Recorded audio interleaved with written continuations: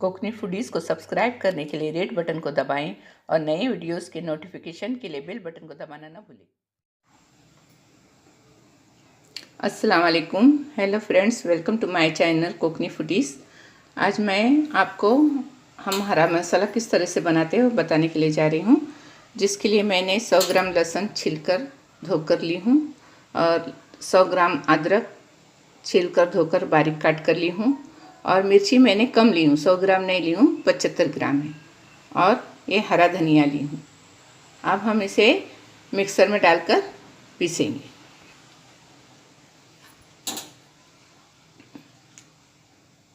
आप चाहे तो 100 ग्राम को 100 ग्राम हरी मिर्च ले सकते हैं, लेकिन हमको तेज़ कम लगता है इसलिए हम लोग कम ही लेते हैं। अब मैं आपको सब मसाले एक जगह पीसकर दिखाती हूँ।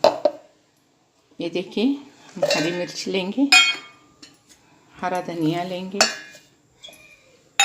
लहसुन,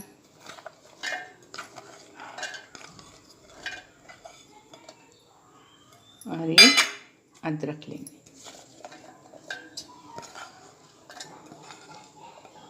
अब हम इसे पीसेंगे, बारीक पीसेंगे और अच्छी से मिक्स करेंगे। ये देखिए, मैंने हरा मसाला पीस कर ली हूँ बारीक।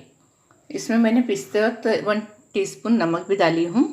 ये मसाला 2 हफ्ते तक ख़राब नहीं होगा। इसे हम फ्रिज में एयरटाइट डब्बे में भर कर रख सकते हैं। जब चाहे जब इस्तेमाल कर सकते हैं।